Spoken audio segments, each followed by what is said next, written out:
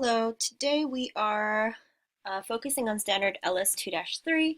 We are developing a model and describing the cycling of matter and flow of energy among living and non-living parts of an ecosystem. So we've been focused on the flow of energy for a while. So you guys learned about the energy pyramid and how living things pass energy from one living thing to another. And now we're focusing on the cycling of matter. And today in particular, we are focusing on the carbon cycle. So last time we talked about the water cycle. Water is a type of matter. And now we're talking about carbon. And carbon is another type of matter that's really important for all living things. If living things didn't have carbon, they would not survive. And this carbon needs to move throughout the ecosystem so it gets to all living things as they need it. So let's talk about how carbon does get recycled in ecosystems today. So as a review, this is a very important concept, so I'm just going to review. Remember that there's energy and matter in ecosystems, and in all ecosystems, living things need energy, and we learned about how living things will eat each other to get the energy they need, and all energy ultimately comes from the sun because the producers capture the sun's rays, and as living things use up the energy gets lost or used up and lost as heat.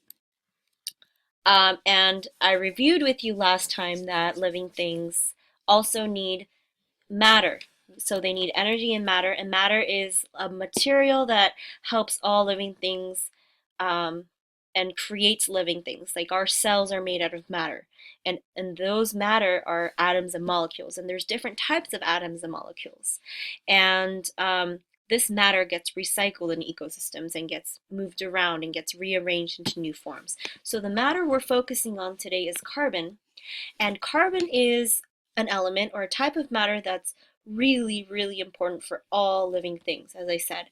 All living things are made out of carbon atoms. Your cells, your hair, all parts of your body, all living things in the water, in on land, they are made out of carbon atoms and they're arranged in different ways. Now, carbon is a really, really interesting element. Depending on how carbon is rearranged or arranged, so this is what it looks like. Carbon is a small atom, and atoms are like little dots you can see here.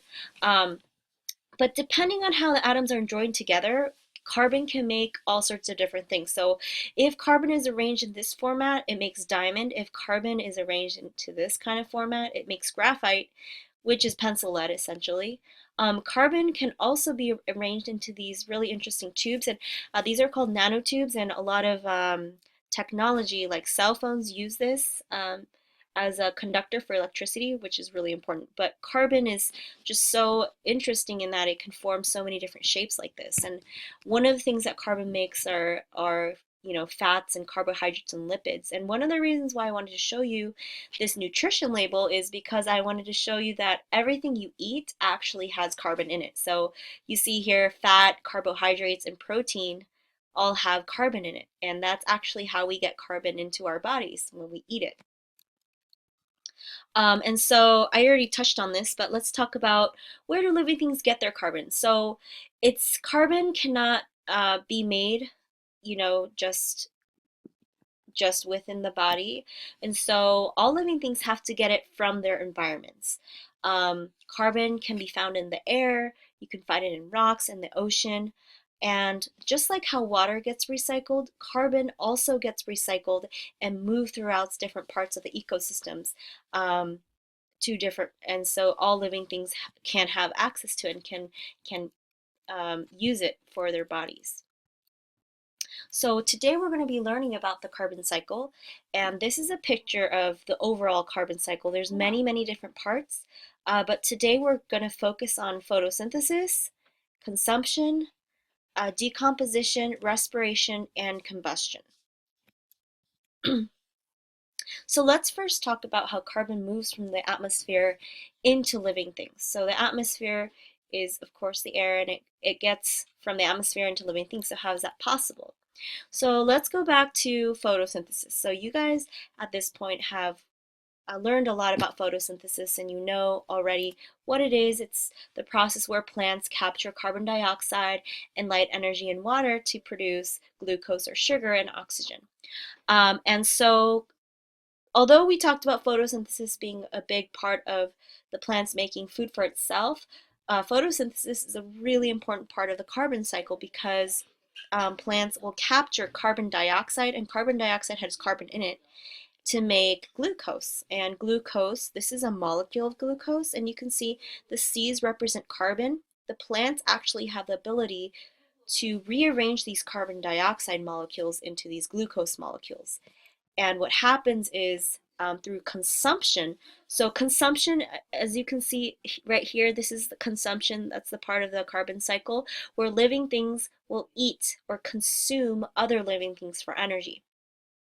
When living things eat, for example, plants, that glucose that was in the plant's leaves that has carbon in it goes into the body of the living thing that ate it and becomes a part of that living thing's body. So when living things consume other living things, the carbon inside that living thing becomes a part of the living thing that ate that living thing. So for example, the grasshopper eats the grass, and the carbon in the grass now becomes part of the grasshopper's body, and so on and so forth. So consumption is the act of one living thing eating another, basically, to get carbon.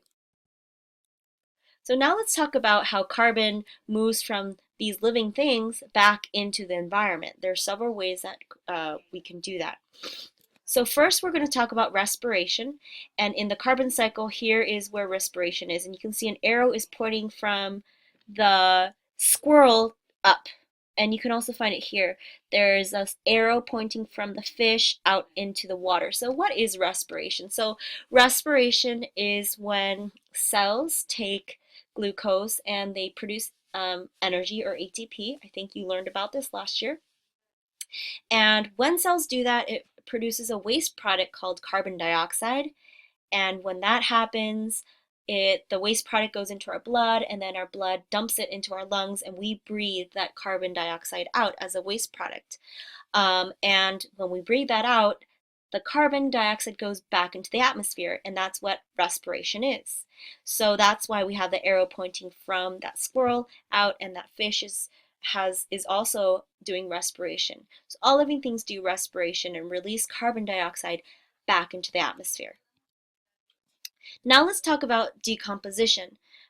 So decomposition, if you can see right here, you can see it happening here. The arrow is pointing from the squirrel down into the ground, and you're also seeing it here with this dead fish, and it's going into the ground as well. So you guys probably guessed it. Decomposition is when decomposers break down dead living things back into smaller elements, back into the soil. And one of the nutrients that gets released during decomposition is carbon. And so that's another way that carbon goes from living things back into the abiotic environment. Now, let's talk about fossil fuels. So we talked about decomposition. When living things die, they decompose. When some of these dead things don't decompose completely, they get buried and they form what we call fossil fuels. Fossil fuels, you guys probably know already, they're coal, oil, and natural gas, and they are a huge source of energy on our planet today, and a lot of countries rely on fossil fuels to run a lot of factories and cars and etc. And we have this penguin here talking about how, fossil fuels you humans have learned to use energy by using fossil fuels because, as you know, using fossil fuels causes global warming, which is affecting the ice caps and whatnot. So as you can see from this graph, our reliance on fossil fuels has caused a disruption in the carbon cycle, meaning that we have really affected the carbon cycle, the natural cycle of carbon, because what we're doing is we're taking these fossil fuels that are naturally in the ground and that are supposed to stay there, and what we're doing is we're taking them out of the ground and we're burning them for energy, and we call this burning combustion. And you can see combustion right here is a part of the carbon cycle. And it's actually an unnatural part of the carbon cycle because we are deliberately burning them, and it's actually not supposed to happen. And what's happening is that because we're burning so much of this fossil fuel that's supposed to stay in the ground, we're putting more and more of this carbon into our atmosphere, and that carbon dioxide is acting as a greenhouse gas, and that's trapping the sun's radiation and it's heating the earth, causing what we call global warming, and it's affecting a lot of the ecosystems around the world. And so that's the last part of the carbon cycle we're going to talk about. But I want you to keep this in mind because we will be talking a lot more about um, fossil fuels later this year, and we're going to talk about alternative sources of energy or other ways that we can get energy without relying so much on burning um, fossil fuels and disrupting the carbon cycle.